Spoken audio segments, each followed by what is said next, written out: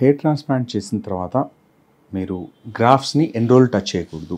యూజువల్గా ట్రాన్స్ప్లాంట్ చేసిన తర్వాత అది ఎన్ని రోజుల తర్వాత మనం సేఫ్గా టచ్ చేయొచ్చు, ప్రెషర్ పెట్టొచ్చు.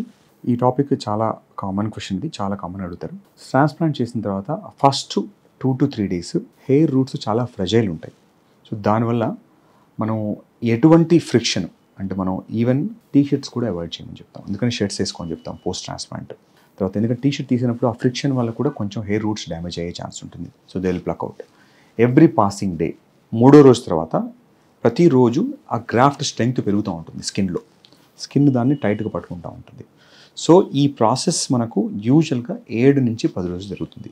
First 3 to 4 days absolute avoidance, అంటే అయినంత వరకు కూడా ఈ ఏరియాని మనం చేతితో టచ్ చేయకపోవడమే మంచిది. అంటే మనం కొంత మియర్ టచ్తో జనరల్గా ఏమీ కాదు. ఫ్రిక్షన్ అంటే ఎటువంటి టెక్స్చర్తో టచ్ చేయడం అట్లా చేస్తే జనరల్గా హెయిర్ ఫాలికల్ డిస్ప్లేస్ అయ్యే ఛాన్స్ ఉంటుంది. సో అందుకని టచ్ చేసిన ఆవిడ యూజువల్గా డే 5 నుంచే హెడ్ షవర్ స్టార్ట్ చేస్తాం. అప్పటికి హెయిర్ గ్రూట్ కొంచెం గ్రిప్ వస్తుంది.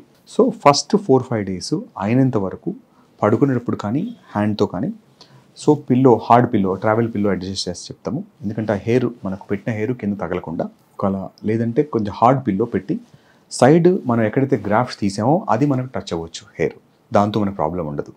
సో గ్రాఫ్ట్స్ని ఫస్ట్ 3-4 days అయినంత వరకు కూడా, పాసిబుల్ అయినంత వరకు కూడా మనం ఫ్రిక్షన్ లేకుండా చూసుకుంటే సర్వైవల్ అనేది ఛాన్స్ చాలా బాగుంటుంది.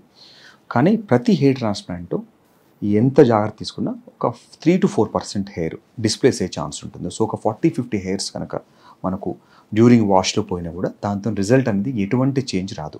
సో ప్రతి హెయిర్ని మీరు you don't need to take seriously. ఎంత జాగ్రత్త తీసుకున్నా 30-40 హెయిర్స్ అనేది పట్టడం చాలా నార్మల్.